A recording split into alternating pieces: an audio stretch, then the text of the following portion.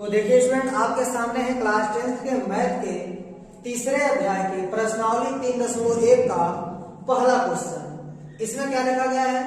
निम्न समस्याओं में रैखिक समीकरणों के युग्म बनाइए। आपको क्या करना है? जो समस्याएं दी गई हैं इसमें क्या करना है? रैखिक समीकरणों का युग्म बनाना है और उनके ग्राफीय विधि से हल ज्ञात कीजिए।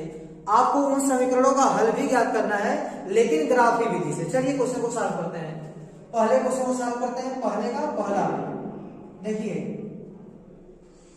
ध्यान दीजिए, इसमें बोला क्या गया है? कक्षा 10 के 10 विद्यार्थी ने एक गणित पहेली प्रतियोगिता में भाग लिया। यदि लड़कियों की संख्या लड़कों की संख्या से 4 अधिक हो तो प्रतियोगिता में भाग लिए लड़कों और लड़कियों की संख्या ज्ञात कीजिए। तो जो ज्ञात करना है, देखिए लड़कों और लड़कियों की संख्या ज्ञात करनी है, तो इसी को आपको x और y मानना चाहिए। तो मान लीजिए, माना लड़कों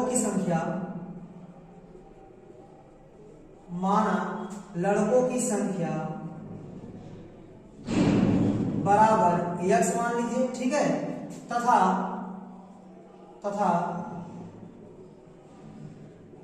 लड़कियों की संख्या बराबर मान लीजिए y। अब देखिए प्रश्न में क्या बोल रहा है? कक्षा 10 के 10 विद्यार्थी, कुल कै विद्यार्थी हैं? 10 विद्यार्थी। मतलब लड़कों की संख्या और लड़कियों की संख्या को यदि जोड़ दिया जाए तो टोटल किसके बराबर आएगा? 10 के बराबर, क्योंकि 10 बच्चे हैं, ठीक है। ये हो गया आपका समीकरण नंबर 1। फिर लिखेंगे पुनः प्रश्नानुसार। तो स्टूडेंट ध्यान दीजिएगा, यहाँ लिखा गया है यदि लड़कियों की संख्या लड़कों की संख्या से 4 अधिक हो। देखिए ये है आपकी लड़कों की संख्या और लड़कियों की संख्या क्या है? y। तो बोला है कि लड़कियों की जो संख्या है वो लड़कों की संख्या से क्या है? 4 ज्यादा है। मतलब ये लड़कियों की संख्या लड़कों की संख्या से 4 ज्यादा है, तो ये 4 ज्यादा है, ठीक है। तो ये 4 ज्यादा है, तो इसमें से यदि आप 4 घटा देंगे तो ये लड़कों की संख्या के बराबर हो जाएगी, ठीक है। मतलब लड़कियों की संख्या 4 ज्यादा है तो उसमें से आप 4 घटा दीजिए तो वह लड़कों की संख्या के बराबर हो जाएगी, ठीक है। ये हो गया x, a plus Y side आके माइनस वाई मिलेगा, इक्वल टू क्या होगा? -4। ये हो गया समीकरण नंबर 2। तो समीकरण 1 और समीकरण 2 आपका मिल गया, ठीक है। अब इसी को आपको ग्राफीय विधि से हल करना है, ठीक है। तो ग्राफीय विधि से हल करने के लिए आप क्या करेंगे? ग्राफ पेपर पर इन दोनों समीकरण का क्या करेंगे? ग्राफ बनाएंगे, ठीक है। तो चलिए कैसे बनाते हैं इसको देख लीजिए। देखिए आपके पास एक समीकरण x प्लस वाई बराबर 10, ठीक है। आप सोचिए यदि इसमें आप x का मान 0 रखेंगे तो आपको y का मान क्या मिलेगा? ठीक है, x का मान 0 रखिए। देखिए यदि x इक्वल टू 0 तो आपको y का मान क्या मिलेगा? देखिए x का मान 0 रखिए तो 0 प्लस y बराबर क्या मिला? 10। इसका मतलब y का मान क्या मिल गया? 10। यानी x का मान 0 रखेंगे तो y का मान क्या मिलेगा? 10 मिलेगा। तो 0,10 एक बिंदु मिल गया जो इस रेखा पर स्थित है। इसी प्रकार आप यदि y बराबर 0 रखते हैं, ठीक है, तो देखिए क्या मिलता है आपको? ये हो गया x प्लस y का मान 0 बराबर 10। तो x का मान क्या मिल गया? 10। यानी x का मान 10, y का मान क्या? 0। तो जब बिंदु लिखेंगे तो पहले x का मान लिखेंगे, बाद में y का मान लिखेंगे। तो इस रेखा में 2 बिंदु मिल गया, एक क्या है? 0,10, दूसरा है 10,0। ठीक इसी प्रकार इस रेखा पर भी आप 2 बिंदु निकाल लीजिए समीकरण नंबर 2 से। ध्यान दीजिएगा, ये जो समीकरण नंबर 2 है आपका x माइनस वाई बराबर -4, ठीक है। इसमें भी आप क्या करेंगे? यदि x बराबर 0 रखेंगे तो देखिए y का मान क्या मिलता है? तो ये हो जाएगा आपका 0 माइनस वाई बराबर -4। देखिए माइनस से माइनस कट जाएगा तो y बराबर क्या आएगा? 4। तो x का मान 0 होगा तो y का मान क्या होगा? 4। और यह लिखेंगे यदि y बराबर 0 तो x का मान क्या आएगा? देखिए x माइनस y का मान क्या रखेंगे? 0 बराबर -4। तो x का मान कितना आएगा? -4। ये हो गया आपका -4, फिर y का मान 0। तो 2 बिंदु मिल गया इस रेखा पर और 2 बिंदु मिल गया आपका इस रेखा पर। देखिए ग्राफीय विधि से आपको हल करना है तो आपको इसका ग्राफ बनाना पड़ेगा, ठीक है। ध्यान दीजिएगा, आपको इसका ग्राफ बनाना पड़ेगा। ये हो गया आपका x अक्ष, x डैश, और ये हो गया आपका y डैश। ध्यान दीजिएगा, ये हो गया आपका मूल बिंदु, अब आप 0,10 को दिखाइए और 10,0 को दिखाइए। ध्यान दीजिएगा, ये हो गया आपका 1 2 3 4 5 6 7 8 9 10। इस बिंदु का नाम होगा 10,0। अब देखिए यहाँ पर 1 2 3 4 5 6 7 8 9 10 और इस बिंदु का नाम होगा आपका 0,10। ठीक है, चलिए इन दोनों को मिलाइए। प्लस y बराबर 10 का। ठीक है, अब इसके बाद आपको 0,4 और -4,0 को मिलाना है। देखिए ये है आपका -1 -2 -3 -4। इस बिंदु का नाम है -4,0। अब इसके बाद दूसरा बिंदु देखिए क्या है 0,4। ये हो गया 1 2 3 4। इस बिंदु का नाम है 0,4। अब इन दोनों बिंदु को आप मिलाइए, इन दोनों बिंदु को आप मिलाइए। x माइनस वाई बराबर -4। देखिए इसको आप y से मिलाइए, ठीक है, और इसको आप x से मिलाइए। ठीक है, तो यहाँ x का मान कितना आएगा? x का मान ऐसा कि 3 मिलेगा और y का मान कितना देखिए 1 2 3 4 5 6 7। ये हो गया 7। इसका मतलब आपको x का मान मिल जा रहा है 3 और y का मान कितना मिल जा रहा है 7। तो x क्या है? लड़कों की संख्या और y क्या है? लड़कियों की संख्या। लिख सकते हैं अतः लड़कों की संख्या कितनी है? लिख देंगे अतः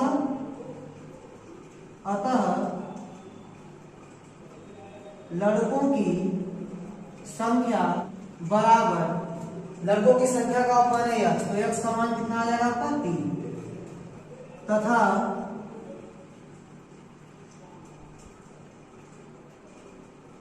लड़कियों की संख्या बराबर आप क्या माने y का मान कितना है 7। तो इसका मतलब लड़कों की संख्या है 3 और लड़कियों की संख्या है 7। यही आपका आंसर होगा। तो चलिए स्टूडेंट अब लगाते हैं क्वेश्चन नंबर दूसरे को। चलिए इसको हल करते हैं। देखिए दूसरे क्वेश्चन में लिखा गया कि 5 पेंसिल तथा 7 कलमों का मूल्य है 50 रुपए, जबकि 7 पेंसिल तथा 5 कलमों का मूल्य कितना है 46 रुपया है। एक पेंसिल का मूल्य तथा एक कलम का मूल्य ज्ञात कीजिए। तो जो आपको ज्ञात करना होता है उसी को x और y मानते हैं। तो आपको एक पेंसिल का मूल्य ज्ञात करना है और एक कलम का मूल्य ज्ञात करना है। तो इसी को आप x और y मानेंगे। तो लिखेंगे माना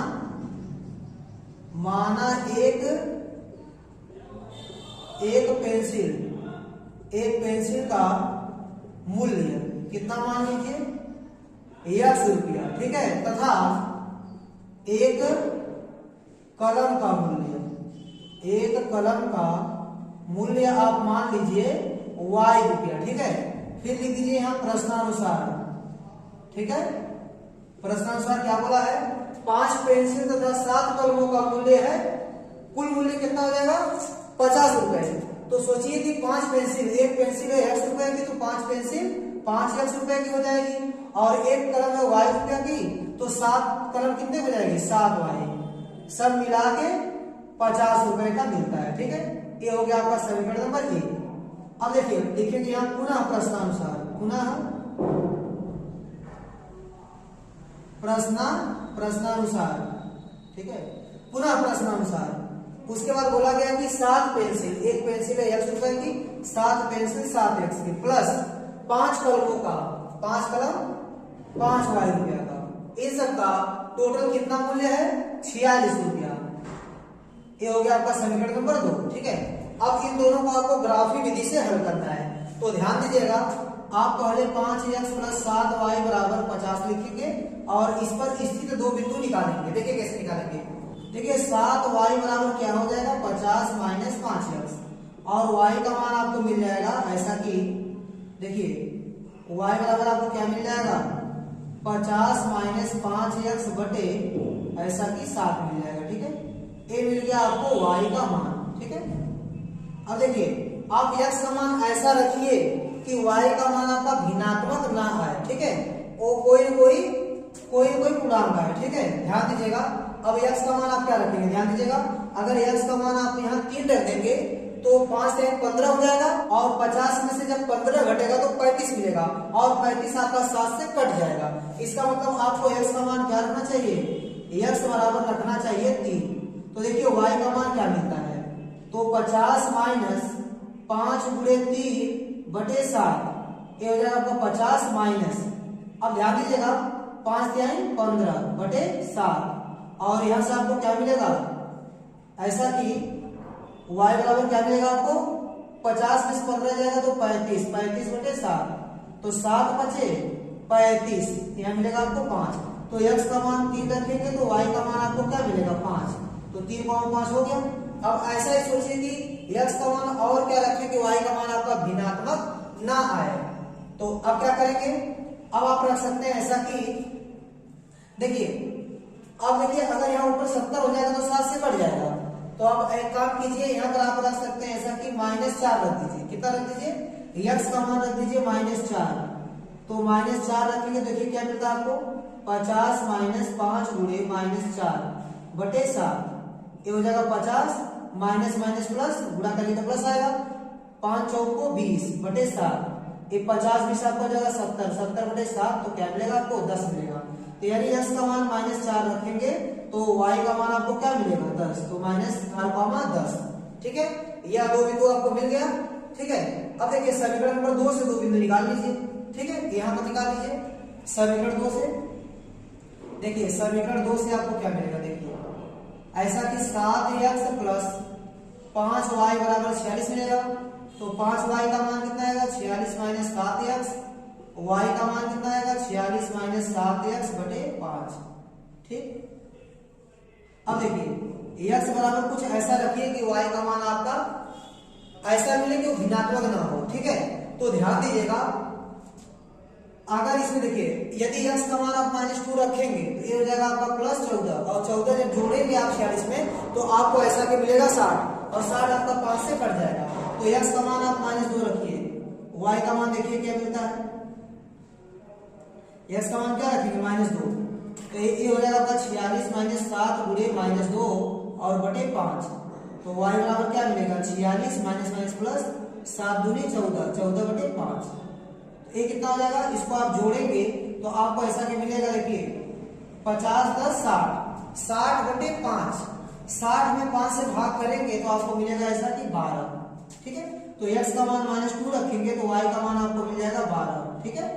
अब ध्यान दीजिएगा x का मान कुछ और रखिए, एक काम कर सकते हैं आप, x का मान 3 रखिए, देखिए x का मान 3 रखेंगे तो y का मान क्या मिलेगा, देखिए 46 माइनस 7 गुणे 3 बटे 5, ये हो जाएगा y इक्वल टू, ये हो जाएगा आपका 46 माइनस 21 और बटे कितना आएगा 5।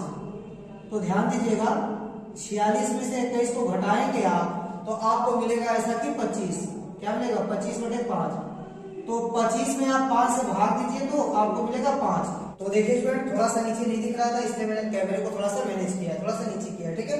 अब ध्यान दीजिएगा, इसके बाद आपको x का मान 3 रखिए तो y का मान क्या मिला 5, तो 3, 5 एक बिंदु आपको यह मिल गया, ठीक है। तो इसका भी 2 बिंदु मिल गया और इसका भी आपको 2 बिंदु मिल गया। अब आप आराम से ग्राफ बना सकते हैं, चलिए ग्राफ को बनाते हैं, ठीक है। ध्यान दीजिएगा,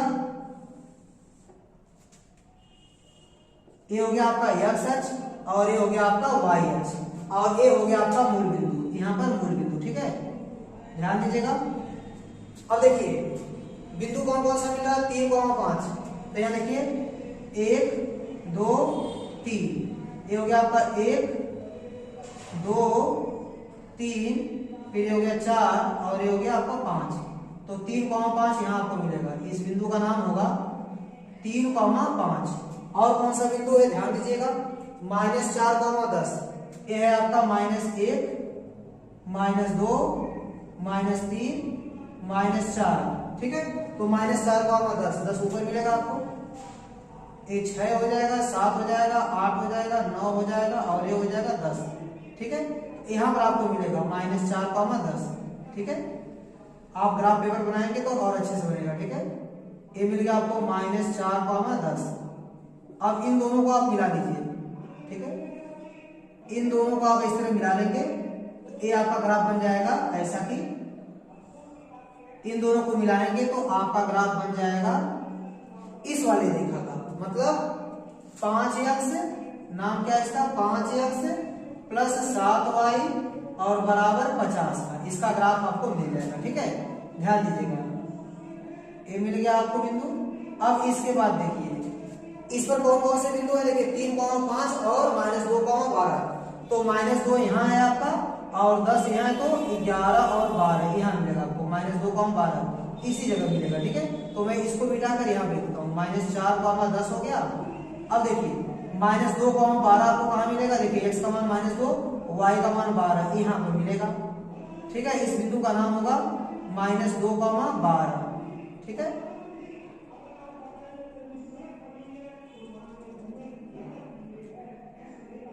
तो इस बिंदु का नाम होगा आपका -2, 12। ठीक है, अब -2, 12 और 3, 5 को यदि आप मिलाते हैं तो आपको क्या मिल जाएगा, देखिए इन दोनों को मिलाइए, तो इन दोनों को मिलाएंगे तो आपको मिल जाएगा ग्राफ, किसका ग्राफ मिल जाएगा, इस वाली रेखा ग्राफ मिल जाएगा। नाम है इसका 7x plus 5y, 7x plus 5y बराबर कितना है, 46 है। ठीक है, तो ये दोनों आपका 3, 5 पर कट कर रहे हैं। ठीक है, तो x का मान क्या मिल जाएगा आपको, 3 और y का मान क्या मिल गया, 5। तो x का मान 3, इसका मतलब एक पेंसिल का मूल्य कितना है, 3 रुपया, और y का मान 5, मतलब एक कलम का मूल्य कितना हो गया, 5 रुपया। यहाँ आप लिख सकते हैं अतः एक पेंसिल का मूल्य, किसका मूल्य, एक पेंसिल का मूल्य बराबर, आप x माने हैं तो x का मान कितना होगा, आप कितना माने हैं, x रुपया। ठीक है, तो x का मान कितना है, 3, इसका मतलब 3 रुपया, तथा एक कलम का मूल्य, एक कलम का मूल्य बराबर, आप माने हैं y रुपया, तो y का मान कितना है, 5, तो 5 रुपया होगा। एक पेंसिल का मूल्य 3 रुपया और एक कलम का मूल्य कितना होगा, 5 रुपया होगा। इस प्रकार आपका दूसरा क्वेश्चन भी लग के कंप्लीट हो गया। तो स्टूडेंट उम्मीद करता हूं कि ये दोनों क्वेश्चन आपको अच्छे से समझ में आया होगा। तो मिलते हैं नेक्स्ट वीडियो में, तब तक के लिए धन्यवाद।